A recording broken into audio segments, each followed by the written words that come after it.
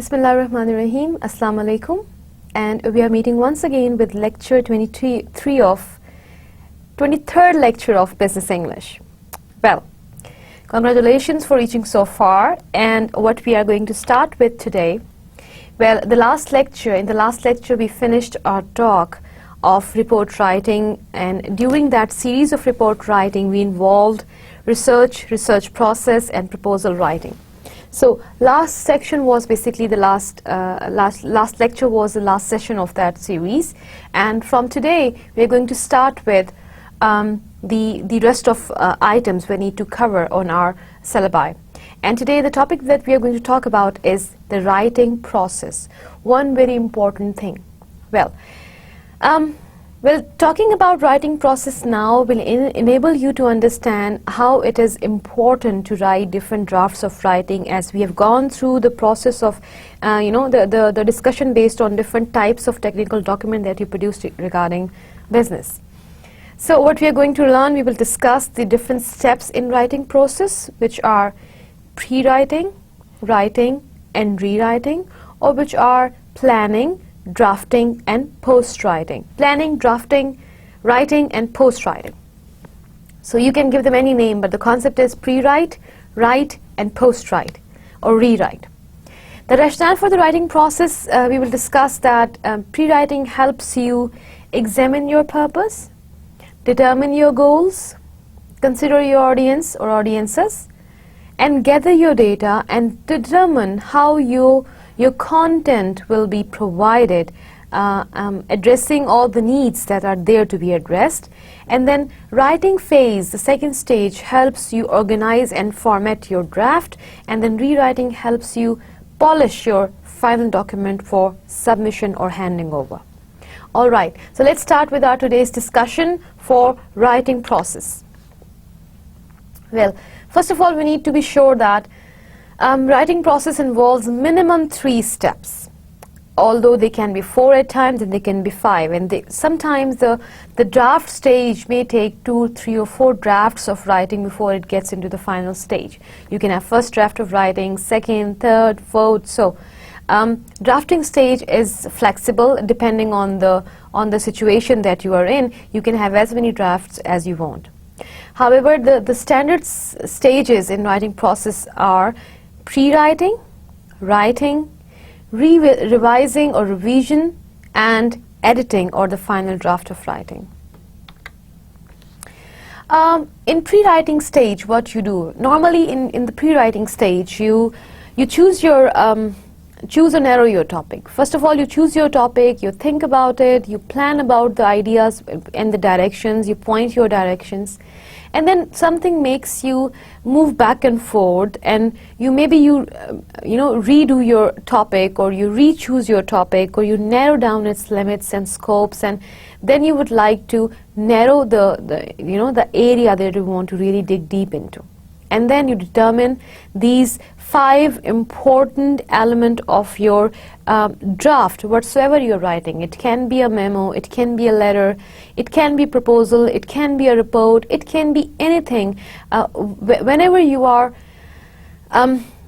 making designing and composing a technical document, a business technical document, you go through this process. And I tell you one thing, that in the beginning I will suggest you to go through this process consciously and try to stick to the stages of writing. Do pre-writing, do post-writing stage. However, slowly and gradually, when you become tuned writers, experienced writer, then some of these stages are they get merged and they are taking place together. When you are planning, you can write simultaneously, and then you can move back and forth into planning and writing. And when you are writing, you keep on correcting your draft, and instead of producing 2 or 3 drafts, you are able to finish it in the very first draft. And your first draft, when you keep on writing and revising the previous sections, you are making them a finished look. So it depends that what level you are when you are learning this strategy. So I would say, because you are at the beginning level of learning this strategy, you might have done that unconsciously so far, but start doing it consciously, because it impacts the writing quality. You must be wondering, people who write books, people who write articles, people who write newspaper columns, people who write all the material that gets published, you must wonder, well, they are very good writers and they are so good that they get published. The writing does not come like that. It's not a miracle. It does not happen just like this. It takes time. It takes a lot of time, energy, effort, thinking, rethinking, doing and redoing, and revision, of course. So if you go through these stages and you compose your drafts, you can be effective writer with material that is worth publishing. So at the pre-writing stage, basically what you really work at determining your audience. You work at determining your purpose.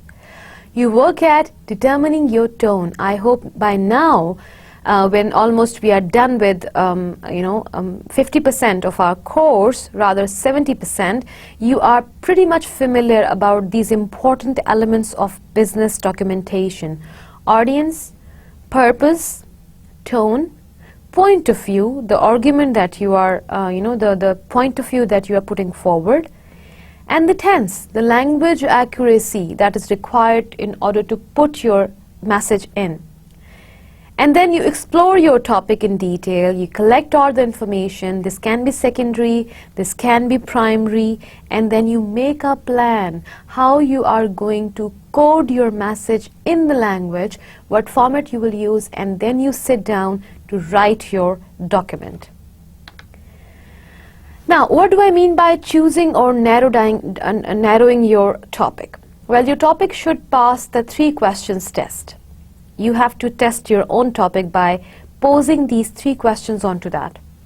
Does it interest me? Well, until and unless you are interested in your topic, you will not be able to do justice with that. And if you're not doing justice with your own questions, with your own document, how can you expect your reader to pay attention to it? So, does it interest me? Very important question. And if it interests you, if you are taking interest in it, that you are ready to pay attention, then you are ready to do hard work, then you are ready to do all what it can take to make it an effective write-up. Do I have something to say about it? Now this is exploring, what do you have to say about it? Do you have ample knowledge? Do you have ample research? Do you have ample substantiative material to support your idea? What do you have? If you do not have, are you ready to find out? Are you ready to collect? Are you ready to analyze and add into your views? And if all these are answering no, then you are not ready to take this topic, and this topic cannot be your topic of the document. Is it specific? Look at the question or the topic, what it is talking about, how many problems it is addressing. Maybe 1. If it is 1, it's fine. But if it is addressing 2 or 3 problems at the same time, you may not be able to do justice with that. So try to keep it 1. Alright, even in the one thing, like for example, if I say, I want to write a report on the cultures in Pakistan, because maybe I'm dealing with a kind of a company that promotes some interior design in the capital, and the company has a theme of culture. And I've been asked, talk about the cultures in the country. And basically I've been asked to talk about the Sindhi culture, and I take up the project and I want to volunteer for it, and I will say, okay, I'll talk about the cultures in Pakistan. Well, keep in mind, your task is not talking about the cultures in Pakistan, because Pakistan is a country where different cultures are living together. There are different ethnic groups living together. If you look at the broader categories, you have 4 provinces. And then there are many subcultures there, like even in Sindh, you have culture of Pakistani Sindh and you have culture of Indian Sindh. If you look at the 4 provinces, then you have Kashmiri culture as well. You have international culture. You have English culture, because it's international culture is so influential that it gets merged into your culture. So each culture is, I will not say that it is diminishing. I would say it is expanding into and changing shapes. If you have one Punjabi culture, the other form of Punjabi culture is Punjabi plus Western culture, or maybe another form is Punjabi plus Sindhi culture. So if you're taking all these cultures, then it becomes so many varieties of culture. And if your task is to collect information about culture in Multan, will you be able to do justice with that? No. Probably you should focus on the culture in Sindh. Okay. Now, if I am talking about Multan, and if I take culture of the province, then a province has so many cities inside in Pakistan. So will I be able to do justice? Maybe most of these cities, a city that is touching border of another province has an influence of their culture. A city that is touching the border of another country has an influence of their culture. So if I take the provincial culture, will I be able to do justice with the culture that I need to focus on for the city of Multan? No, I may not be. So why not I clearly talk about culture at Multan?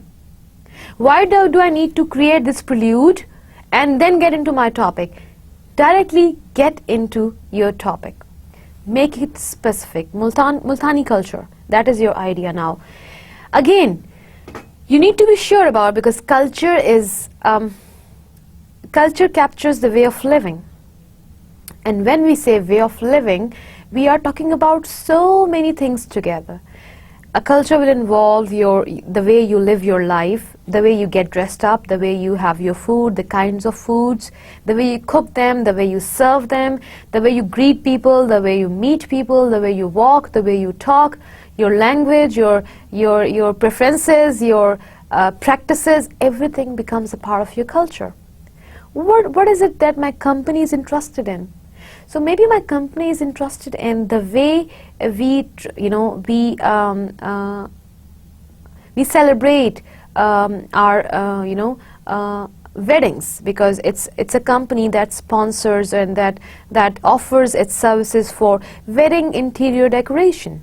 All right, so my company is concerned with Multani culture for the way it likes their weddings to be decorated, especially for their interior designing. So I'm interested in wedding culture for wedding culture that is practiced in Multan. And for that I can take people's opinion. So what I'm doing, I am narrowing down my topic so I can collect as much information as possible, but about my topic. Initially, what I was doing, I was collecting as much as information possible about everything about culture. That may not be a good thing, but collecting maximum information about, knowledge about what I need to is going to benefit me. So, make it specific. All right. Then, determine your audience. Very important. Now, again, I will go into the same example. Who is your audience? Your audience is composed of those who will read your writing. What do you think? If I'm talking about culture in Multan, the wedding culture in Multan, who is my audience? Is my audience the people of Multan? Or is my audience the people who are getting married in Multan? Or is my audience the people who are already married in Multan? No. What I am writing is a proposal. And who is going to read my proposal? My proposal is going to be read by the company I am writing it for. My immediate boss, or maybe the panel of the member of the group I'm going to address it to. So the audience for this document that I am going to work on has a specific audience, and that is a group of people. People who are going to be decision makers, whether they will accept my proposal or they will reject it. So I need to know who are these people who are going to read my document. Ask yourself these questions. Who are my readers? What do my readers know about my topic? What is their knowledge? Because I cannot deceive my readers. I cannot dodge them by saying something that does not really exist. What do my readers need to know about my topic? Maybe they all belong to Multan. Maybe they all already know about it. So my challenge becomes even more challenging if they already have ample knowledge about the topic. So I need to dig deep into it to bring something new, to bring something impressive. On the newness will be, impressive. So how do my readers feel about my topic? Maybe they already have the basic information about the wedding culture in Multan, so they are looking for something particular that will help them make their company stand among other companies who are dealing with the same kind of project. Maybe there are many interior designers for Multan, wedding interior designers who would like to do, the arrangements for weddings. So what is that is expected? Once I am able to look at the expectations and understand them, it will be easy for me to find the answers accordingly. Maybe my readers are not informed about the very basic things about the wedding in Multan, so my task becomes easy, and I know that I need to collect basic information. I don't need to go deeper into the situation, because that is not required.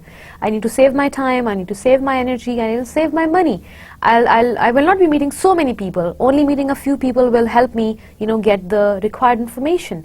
However, if this is not enough, this is not sufficient, then that means I need to get into the situation. I need to go to people. I need to go to collect their opinion. What are the real traditions, real Multani traditions? And for that I need to visit areas that are not really people go into, maybe interiors of Multan. Maybe I need to meet people who are aged, so they can really tell me how the things would have been in the past, things that are not in practice anymore. So my expectations from my proposal and my awareness of that expectation will enable me to design my work plan strategy.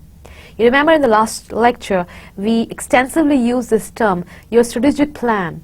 So your strategic plan heavily rely on the awareness of expectations that you have from your readers.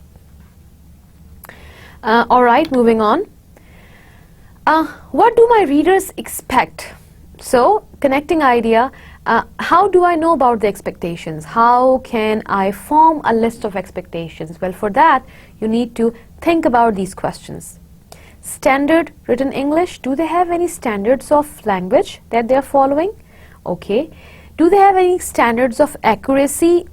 That means grammar, tense, spelling. Am I supposed to follow these standards? Are they looking for accurate information that is actually there, the facts, or they're looking for opinion, what people want? Because these are two different things. If they are looking for facts, I need to collect facts. However, if they are looking for people's opinion, what these Multani people want, that can be entirely different. I don't need facts for that. I need opinion. So I can go to people, I can take the interviews, I can get my questionnaires filled in, I can capture situations by video or by picture. So what I'm doing, I'm recording their opinions. A demand of opinion is altogether different from a demand of facts. So what kind of information is required? Opinion based or fact based? Logical presentation of ideas. How do they want me to document my ideas? Do they want me to write up? Do they want me to present, give an oral presentation? Do they want me to write a proper formal proposal? Do they want me to give an informal proposal? Do they want me to give a proposal of 1 page, that is a letter proposal, or maybe a memo proposal, or a formal long length proposal that may have 13 to 15 pages? So, what is the presentation of idea that they want from my side?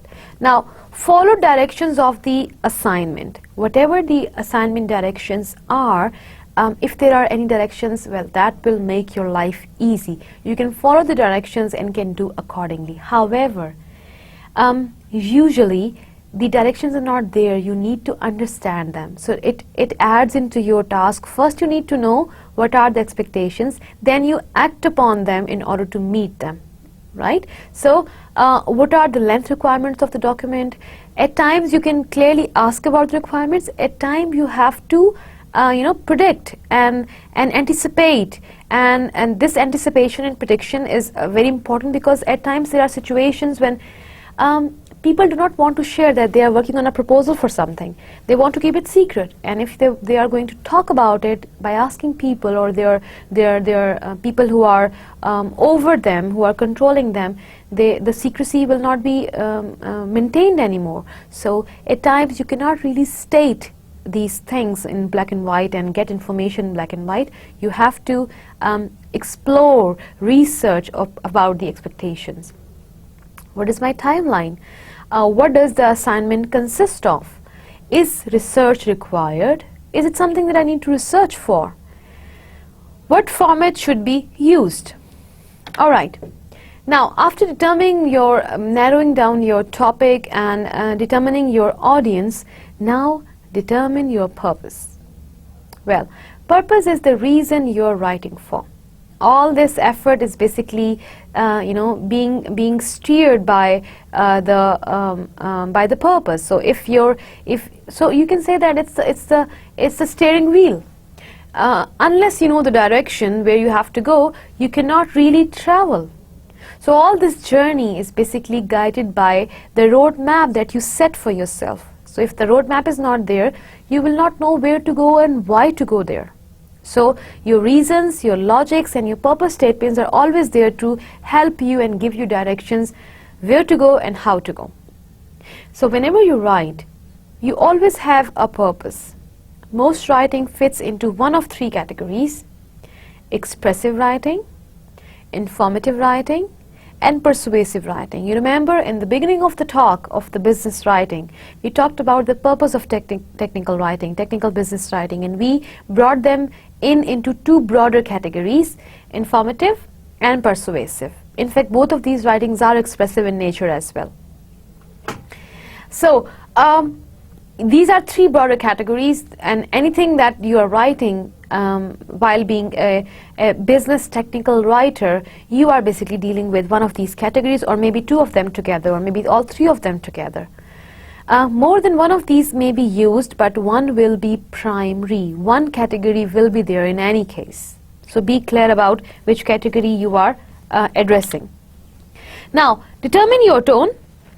The next thing is to determine your tone. Tone is the mood or attitude you adopt as you write. We have had our detailed discussion about tone regarding the vocabulary we should use, the sentence structure we should use, the kind of tone we want our readers to understand, serious or frivolous or humorous or intimate or detached or indifferent. Whatsoever tone you want your audience to feel, you embed this on purpose in your writing. Now, determine point of view. What point of view do you want to focus on in your writing? Because right from the beginning, when you are done with your planning, or when you are doing your planning, you know if there are three point of views, one of them is something that you really favor. So you need to know what you are favoring and why you are favoring this, and what arguments do you have to provide in order to substantiate your favor. Point of view is the perspective from which you write an essay. It provides you the angle you take right from the beginning, the position you take right from the beginning, the pitch of your idea. There are 3 point of views usually. First person, I or we, if you're being an individual or being a representative of a company, you want to promote something. Or second person is you are taking audience angle and perspective. What is going to benefit you? So your benefit is in. That is the second approach. Third approach is he or she or they. If your angle is third party, like in the Multani culture situation, if I want to talk about the factual information, and I say, well, people are interested, or people have been practicing. So what I'm doing, I'm talking about them, the third party, because my focus and my reader's focus is the third party. So considering your topic and the topic requirements, you determine your approach and the angle you want to take in your writing. One of the most common errors in writing occurs when the writer shifts point of view unnecessarily. Well, there can be shift of views, however, too quick a shift, an unnecessary shift, and jumping from one idea to another unnecessarily can confuse your readers. So if your readers are confused, they will not get your idea. If your idea is not across, then your project can face a failure. So effective communication, for effective communication, you always know which direction you are taking, and you do not suddenly change your directions. You always give your readers clues whenever you are shifting and switching, and you avoid swift shifts and swift switch over directions and over angles. All right, determine your tense. That is very important, because we know that tense is time frame that we are talking in, and switching on over tense unnecessarily may confuse your reader. What are you talking about? Are you talking about some incident happened in the past? You are narrating some incident right now that you are viewing or witnessing, or you are talking about your expectations about future. What are you talking about? Your tense clearly states that. So whatever tense you are taking, present, past or future, stay into it unless you have to move on and bring in a combination of tenses, that and definitely that will be an informed decision in the light of what you are addressing. So whatever you do, be informed that you are doing it and what kind of impact it can have on your reader. Explore your topic, something that we discussed while discussing our research and research process. However, in brainwriting techniques, we brainstorm about ideas. We list down our ideas about something. Once we have listed down, we free write. We try to cluster these ideas and we try to map them, and we question and bring in discussing outlines. All right. Look at the screen. The screen gives you how do you list down your ideas and how do you cluster it. That's a brainstorming technique. In brainstorming, you try to create a spider map or a spider web. You write down your idea in the middle, and then you ask basic 5 W questions: who, what, when, where, and why. Now, if your question is parking, lot accidents, now you can talk about a particular incident, or you can talk about this topic in general. Parking lot accidents in Islamabad, or parking lot accidents in H8, or parking lot accidents, parking lot accident with somebody that happened in the past. So who is you are going to talk about? Is it one person, incident, or you're talking in general? There are 3 or 4 different types of accidents that you're talking about. What are you talking about? Was an accident? Was that something going to accident, or it stopped? What particularly you are talking about? When are you referring to some time frame in this, during this year, during this month? When it happened, maybe that's the last year. When do you want to talk about? Where are you referring to locations? Why? Do you want to talk about the reason why it happened? So giving these 5 W's right in the beginning provide you with a list of questions that you can answer. So what you're doing, you are brainstorming. All right. Now, after going through your 5 W questions, you get so many ideas. Now you are clustering them down. Let's say if this time my topic is an English teacher. Am I writing about a general English teacher, or am I writing about something particular? I need to decide that right in the beginning. So when I talk about who, when, what, where, and why, I can talk about, then different questions will come up. When I'm talking about who, well, who is the one I am talking about? What does he do? Am I going to talk about his professional growth? Am I going to talk about how many workshops he or she attends in a week, or in a month, or in a year?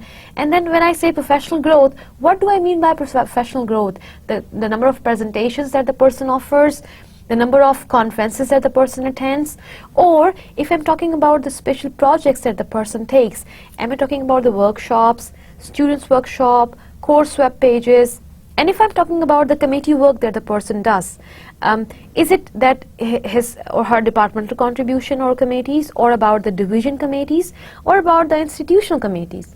And if I talk about the classes the person takes, his busy schedule, am I referring to class web pages, am I referring to creative writing assignments, and am I referring to student conferences, or am I referring to the paper he grades or she grades, or the lecture he or she conducts? So what does it come with? These 5 W questions in the beginning will give you ideas, will help you generate questions. And when you have many questions to answer, and when you are putting them into pointers, you have so many ideas there in front of you.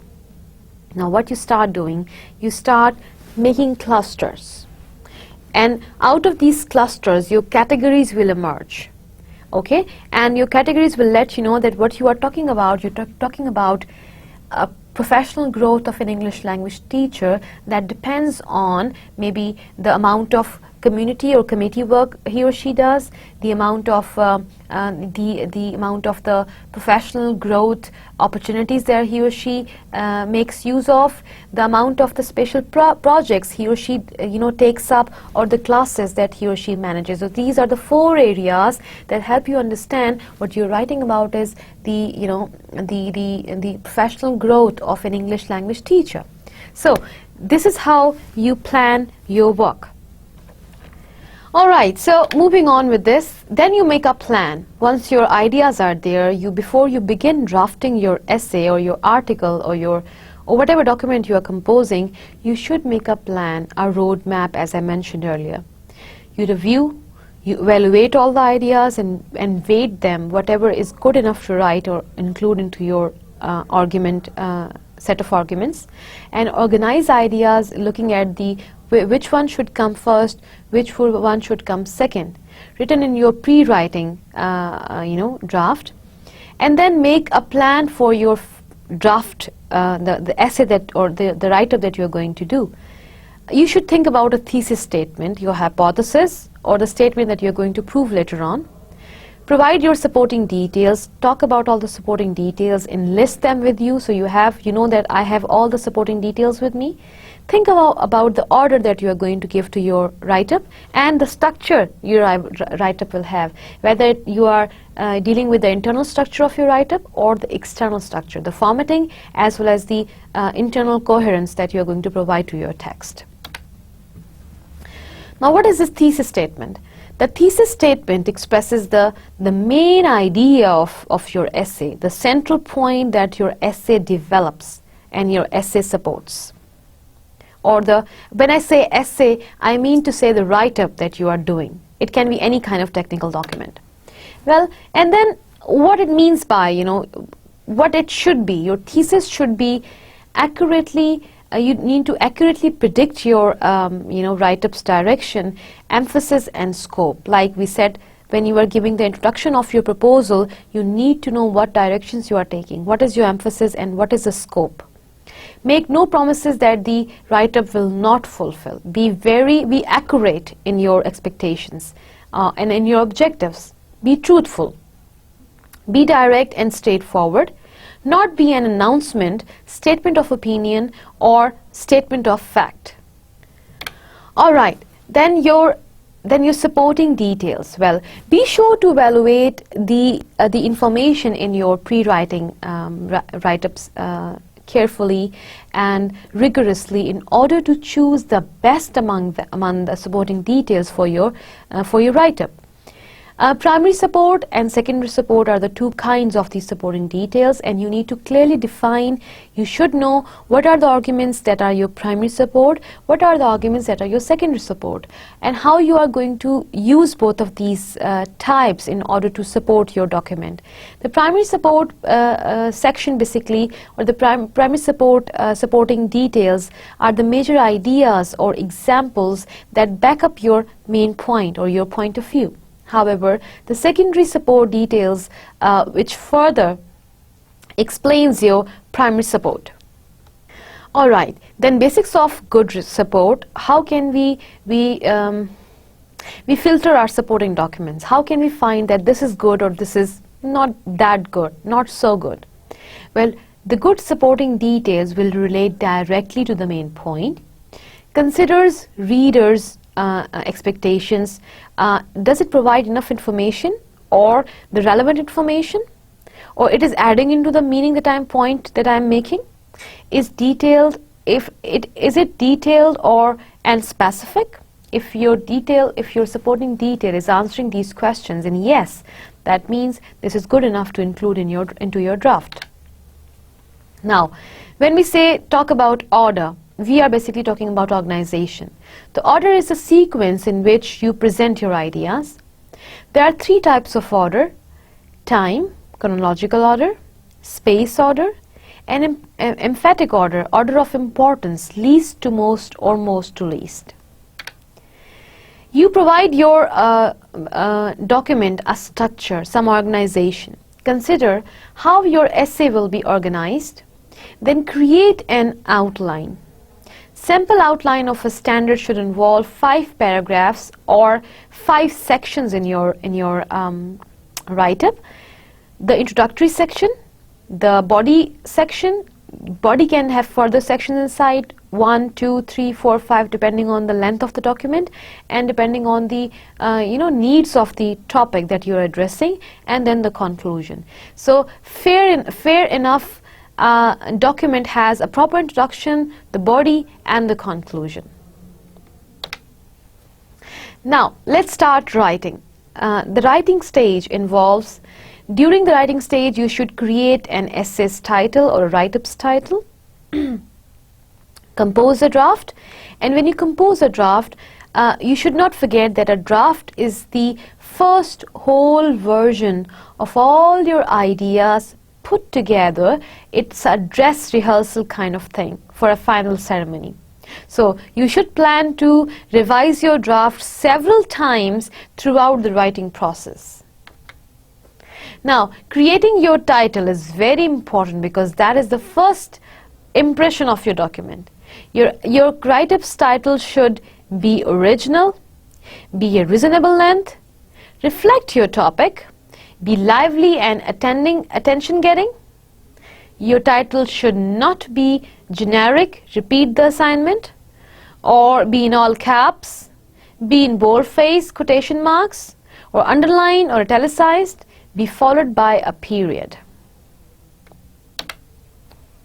And then capitalization rules for titles are different from other parts of the write-up. Always capitalize the first letter of the first word and the last word. Well, and it can be a sentence case. In a sentence case, if your title is a phrase or a fragment, what you can do is that you can take all the action words, or you can talk about all the terms with a capital letter, and all the linking words or helping words are there which you cannot use capital letter for. So capitalizing the first letter of each important word in between the first and the last words are the sentence case format. Do not capitalize articles like a and the. Do not capitalize coordinating conjunctions like and, but, or, etc. And do not capitalize prepositions like on, at, in, of, etc. Only capitalize first letter of all the important words coming up in your title. Now, let me give you an example of effective and ineffective titles, and let us bring this into discussion. Well, if it is cheating in college is the topic of your write, well, effective title can be cheaters never win. All right. Cheating in higher education, why do students cheat? Or ineffective titles, don't do it. Don't do what? Cheating. Too broad a topic. What am I talking about? Am I talking about how should we do cheating, or am I talking about we shouldn't do cheating, or are we talking about who does cheating, or in what situations cheating can be done? What am I talking about? Which direction I'm taking? Then students cheat for many different reasons. Well, that's a sentence. That should not be your title of this can be one of your sentences in the introduction, but cannot be your title in any way. Now, writing a draft. Well, basics of a good draft involve that a draft needs to have a full developed introduction and conclusion.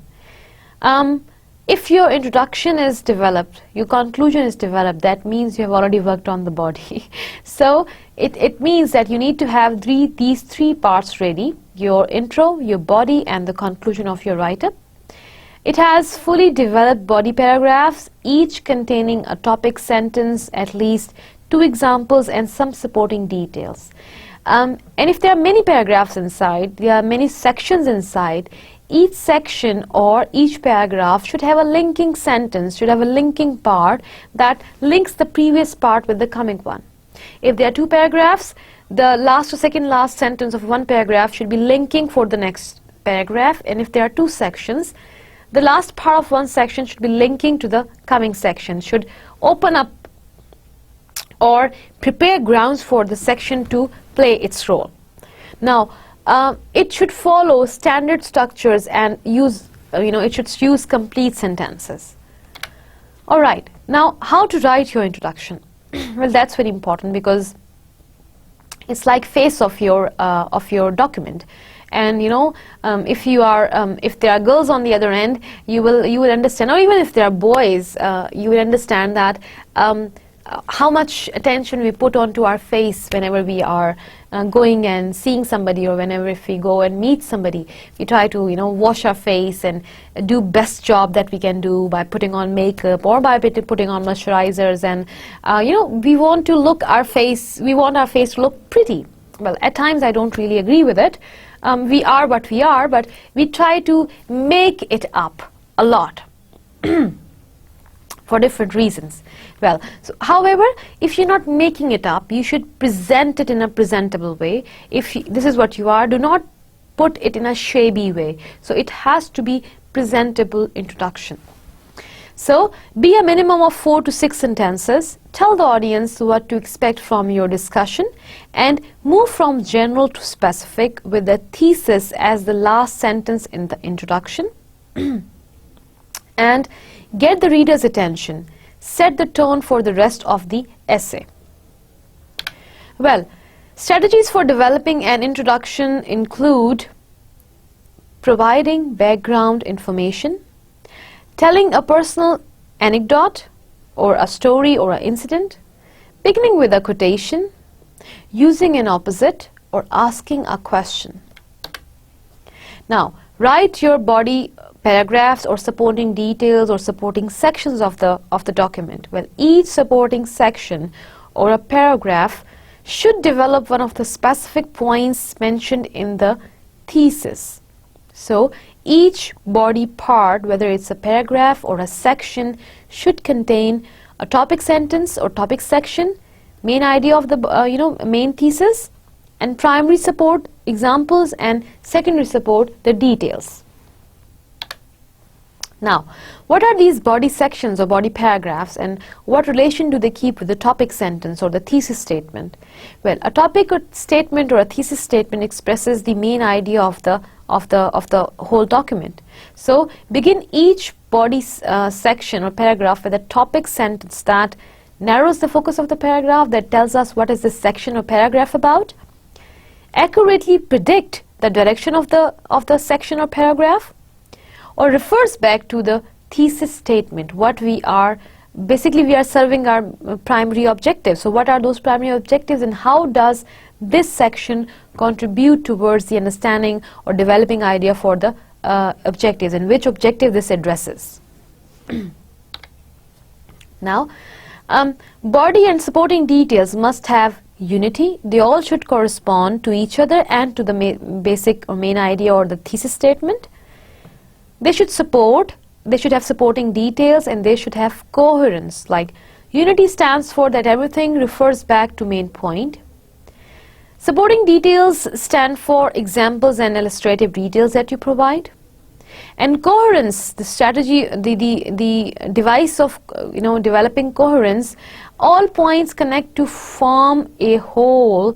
One point leads to another. There are no breakups, there are no ambiguities, there are no hiccups, there are no jumps. It's a kind of chain-like relationship between ideas. One is well connected, and it's well connected with the other one, and all are leading towards what we are aiming at, and the aim is right stated in the beginning. So you have to consider your aims again and again. Let's talk about these elements in detail. What do I mean by unity? What do I mean by coherence? And what do I mean by supporting details? Well, unity is achieved when everything refers back to the main idea. And all sentences should relate back to topic, sentence and thesis, and do not include any ideas that are irrelevant or off topic or distractive in nature. Support is achieved through adequate examples and details. These details can be examples, these can be illustrations.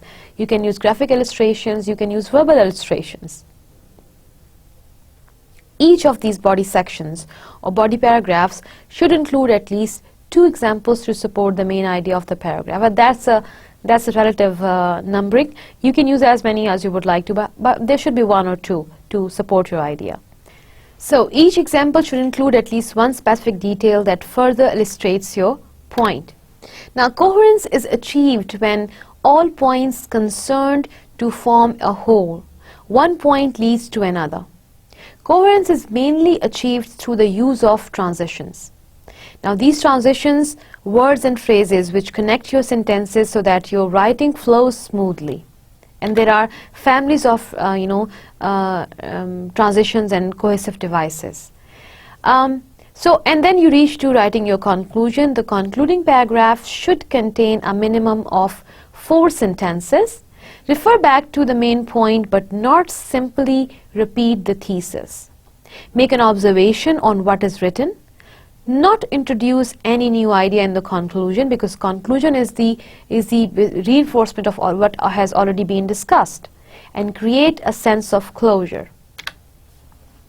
Revising includes the third step of your writing stage, or can be 4th one. It is finding and correcting problems with content, changing the ideas in your writing to make them clearer, stronger and more convincing. You may move like to shift some idea to some other place, or reorganizing. Revising looks at the big picture, the idea level. And some of the revision strategies are that you can look for unity, detail and support, and coherence. So in unity, you are basically asking your text, does everything refer back to main idea? Does each topic sentence refer to the thesis? Does each sentence in each body paragraph or body section refer back to the topic sentence? And in your detail and support section, does each body section contain at least 2 examples, 1 or 2? Or is each example followed by at least 1 supporting detail?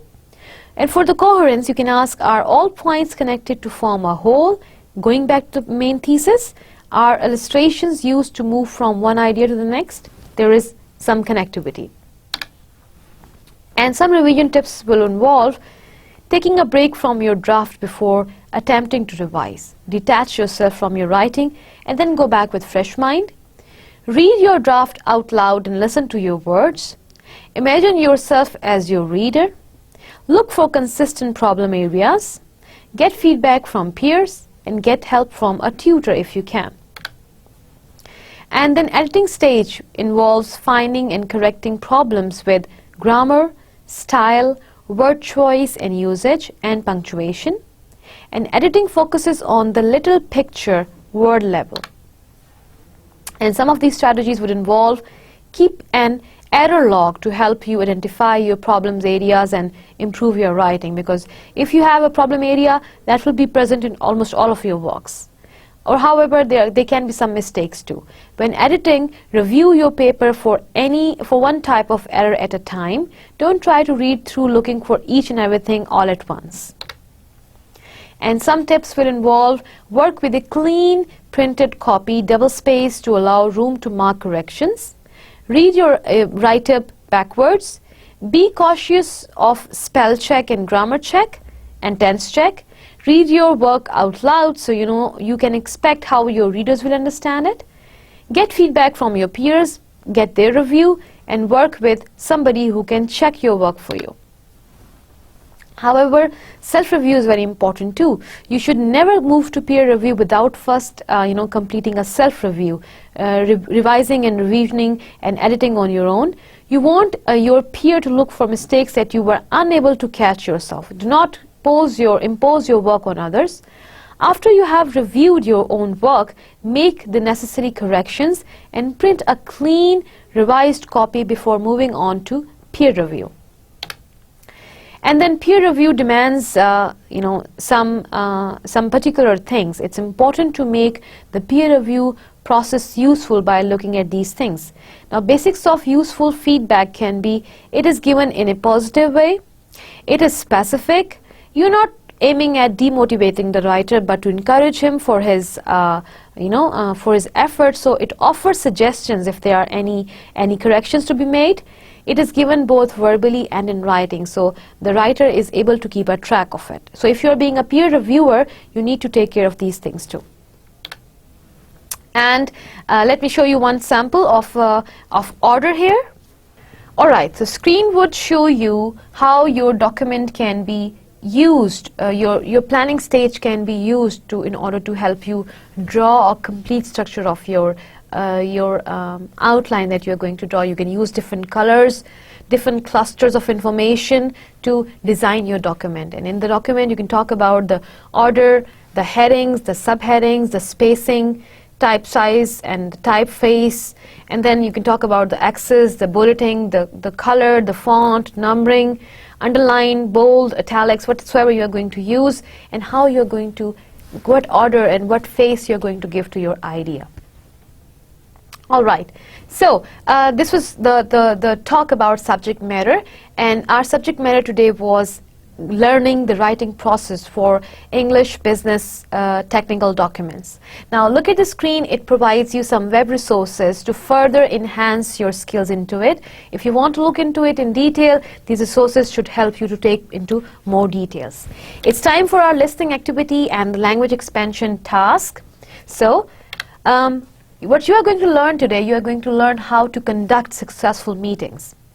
Well, getting an idea, the agenda of today's listening is getting an idea across, how to influence people, what tacts and clarity techniques should be used, what are the ways of getting getting opinions, and how to provide supporting and contradictory statements and with opinion, how to support it and how to provide contradictions. Well, you're going to listen to an audio, and after listening you will answer the questions given on the screen. So go ahead for listening. Hello and welcome back to Business English Pod. My name's Edwin, and I'll be your host for this episode on getting your ideas across in meetings. Meetings are an important part of most people's jobs, and doing well in meetings requires very effective communication skills. You need to make sure you are getting your ideas across clearly with the right amount of subtlety and tact. If you do this well, then you will be able to influence people and the direction of the organization you work with. So, how can you do this well? How can you get your ideas across with tact and clarity? That's what we will look at in this lesson. We'll cover some important ways of giving opinions of different strength, and we'll learn about supporting and contradicting other people's opinions. In today's dialogue, 4 managers are meeting to discuss ways of saving money on travel expenses. The chair of the meeting is Alison. The other participants are Stuart from Sales, Pat from HR, and Nate from Marketing. We'll hear the group express a variety of opinions as they discuss how to cut 15% from the travel budget. As you listen, try to answer the following questions. 1. What are 3 things that Pat mentions could be cut? 2. What does Pat think they should focus on? 3.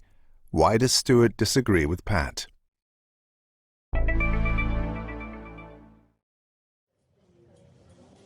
All right, everyone. If we could get started here. As you know, our meeting here is part of a larger overhaul of employee benefits. We've been tasked with looking at travel and transportation benefits. And remember, our goal is a 15% reduction. Quick question, Allison. We can do this either through direct cuts to the benefits or through policy changes, correct? Yes, that's right. So, Pat, do you want to start us off here? Any initial thoughts on this? Well, we could go either way with this. I mean, there's lots to consider. Per diem rates, mileage, transit passes, parking subsidies, and also the distance at which employees should be renting a car or flying. Okay. I think we can all agree on that. Anything more specific? Maybe we should focus on the travel expenses. The per diem and mileage. Those mostly affect the sales department.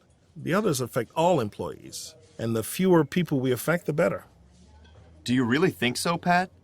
Travel expenses for the sales guys are an important cost of doing business. But transit passes and parking subsidies, aren't those perks? There may be an important difference there. I don't know, Stuart.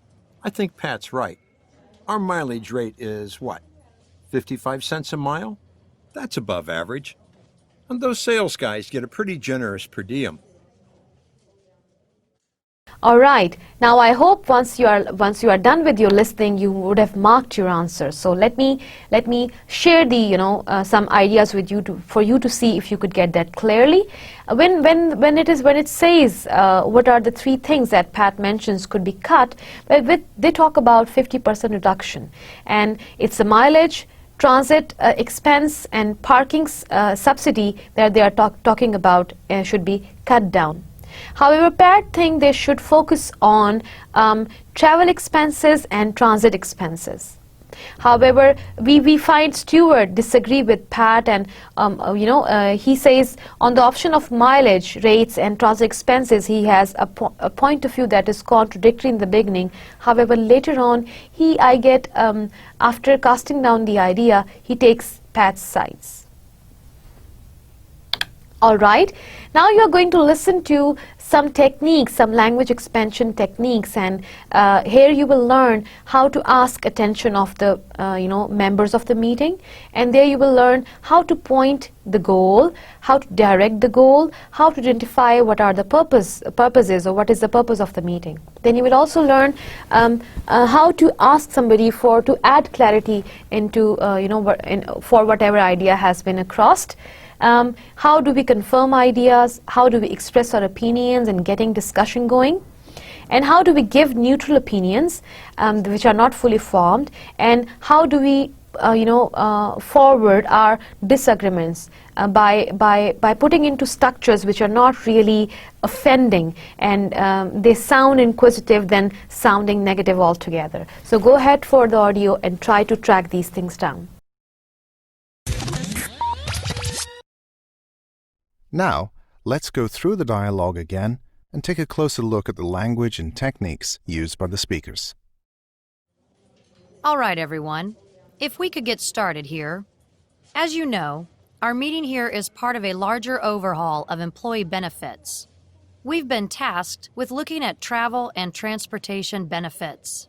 And remember, our goal is a 15% reduction. Allison is chairing the meeting, and it's her job to get the discussion going. She asks for everyone's attention and then goes over the reasons for the meeting.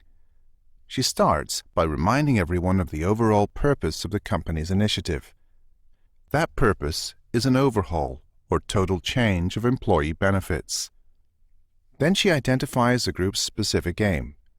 Allison uses the expression "we've been tasked with" to introduce their responsibility. And she asks the group to remember that the goal is a 15% cost reduction. Good meetings have a focus, and that's what Allison is giving this one. Right from the start, she identifies the purpose. How else can we do this? This meeting has been called to update everyone on the recent policy changes. In the next half hour, we need to make a clear list of all priorities. So, let's review what we need to get done today. I just need some input on this project, and then we can all get back to work. Now, let's hear as Pat asks for a bit of clarification. Quick question, Allison. We can do this either through direct cuts to the benefits or through policy changes, correct?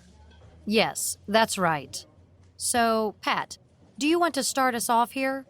Any initial thoughts on this? Pat wants to make sure he understands how the group must achieve a 15% savings. Allison confirms that it is through direct cuts and policy changes. She then asks Pat if he wants to start us off, or be the first to express an opinion. Alison wants Pat's initial thoughts. Asking someone for an opinion is a good way to get discussion going, so let's practice a few more examples. Jerry, what do you think about this situation? Rona, I'd like your opinion here. What's your take on the changes to the website, Tom? Could we have your thoughts on the budget cuts, Wendy? How does Pat respond to Alison's request for an opinion? Well, we could go either way with this. I mean, there's lots to consider. Per diem rates, mileage, transit passes, parking subsidies, and also the distance at which employees should be renting a car or flying. Pat doesn't really give a clear opinion.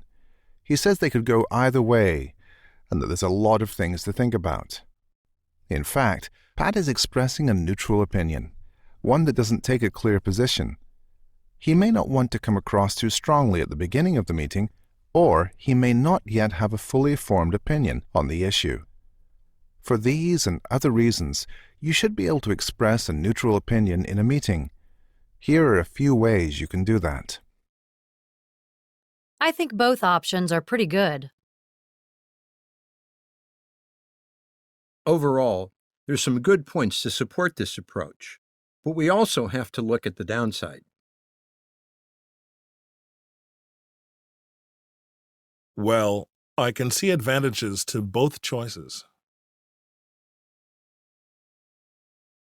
It's a tough choice, and there's lots to think about. Now, back to the dialogue.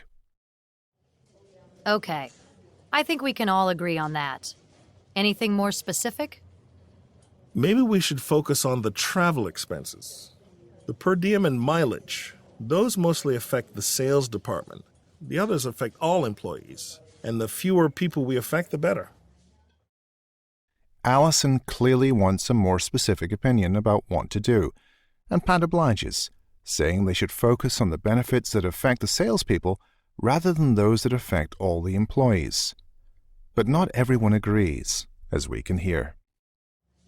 Do you really think so, Pat? Travel expenses for the sales guys are an important cost of doing business. But transit passes and parking subsidies, aren't those perks? There may be an important difference there. It doesn't sound like Stuart agrees with Pat's opinion, but he doesn't come out and say, "I disagree." Instead, he tries to cast doubt on his ideas. He starts with, "Do you really think so, Pat?" Then he tries to show how the salespeople's expenses are an important cost of doing business. Notice how Stuart is using questions to make it sound like he's inquisitive rather than simply disagreeing. And when he says, "There may be an important difference," what he really means is that there is an important difference. By responding in this way, Stuart is tactfully or carefully casting doubt on Pat's idea. You can hear this technique, particularly the use of questions, in the following examples. Are you sure about that, Grant? A lot of people are saying that, but is there any real evidence? Is that really true in this situation? Wait a sec. Aren't we forgetting something? At the end of this part of the conversation, we can hear that Pat is not alone in his opinion. I don't know, Stuart. I think Pat's right. Our mileage rate is what? 55 cents a mile? That's above average. And those sales guys get a pretty generous per diem. After Stuart has tried to cast doubt on Pat's opinion, Nate comes right back with some support for it. He states clearly that he thinks Pat is correct, and then gives some specific reasons.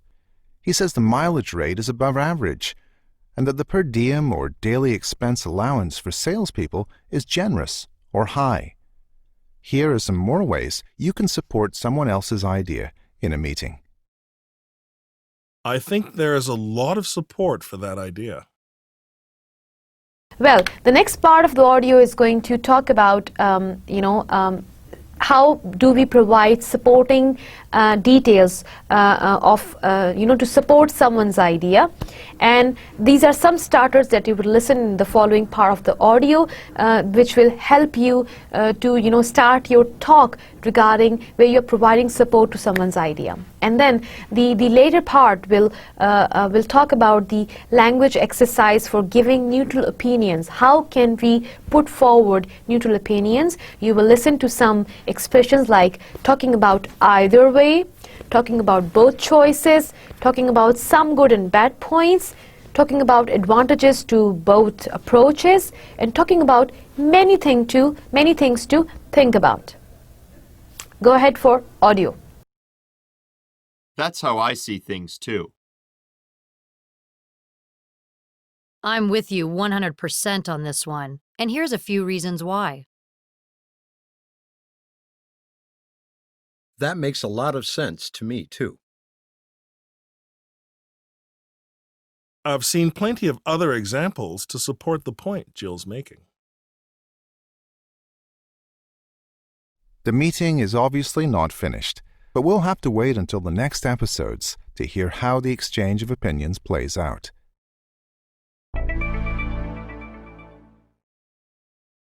Now, let's practice some of the language we learned for giving a neutral opinion. You'll hear a question, then you'll hear a prompt. Use the words in the prompt to give a neutral opinion in response to the question. For example, if you hear, What do you think of this, Tony? Go, either way, this. you can say, Well, we could go either way on this. we'll play an example answer after each question. Ready? Let's give it a go. What's your opinion, Gail? Think. Both choices. Okay.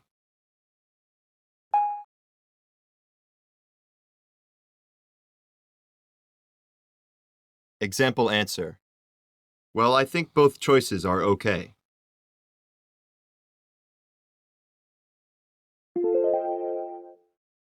And what are your thoughts about this plan? Some, good points, bad points.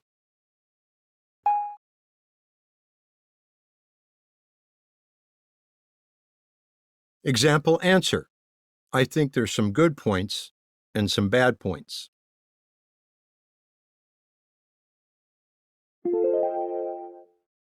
Do you have an opinion on this, Derek? C. Advantages. Both. Approaches.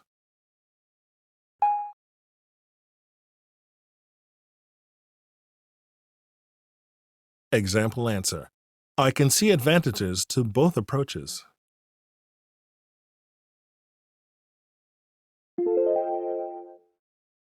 Any ideas about what we should do? Difficult, many things, think about.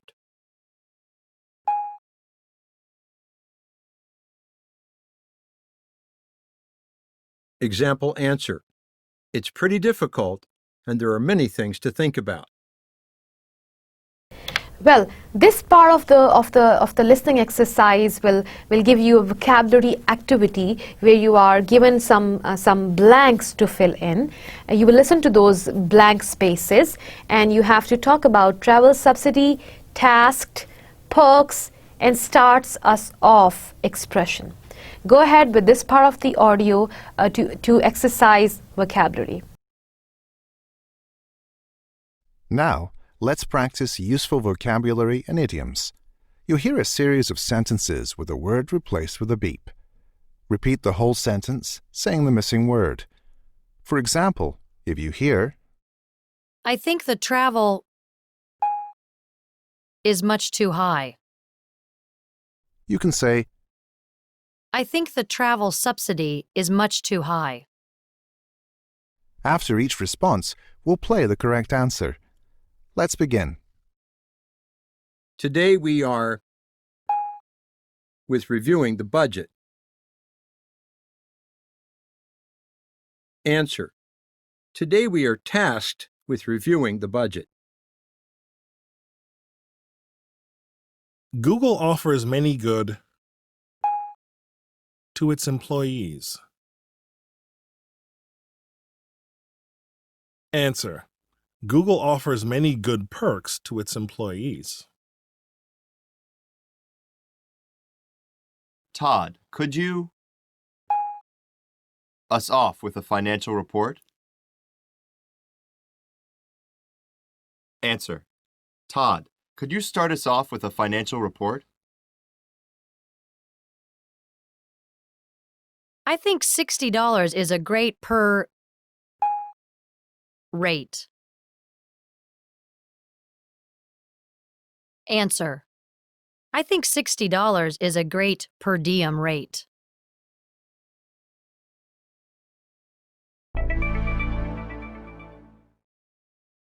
We've reached the end of this episode, the first in our three-part series about getting your ideas across in a meeting. We've learned how to give a neutral opinion, how to ask for an opinion, and how to cast doubt on and support an opinion. We've also heard how to introduce the purpose of a meeting. Be sure to tune in for the next episode.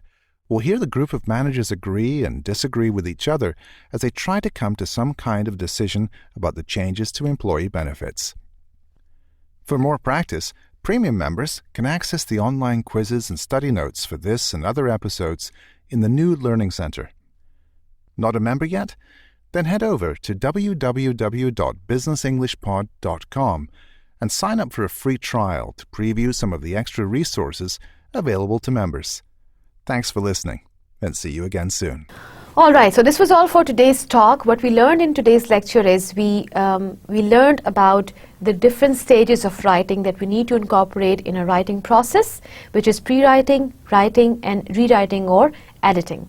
And in our language expansion activity today, we learned how to act or react in the meeting by looking at different angles. How do we generate an idea? How do we give our opinions? How do we agree with an opinion? How do we disagree? How to neutralize the effect of disagreements, and different starters and vocabulary and expressions that we can use to make our opinions effective and acceptable. This was all for today's talk. I'll see you in the next lecture, inshallah. Allah Hafiz.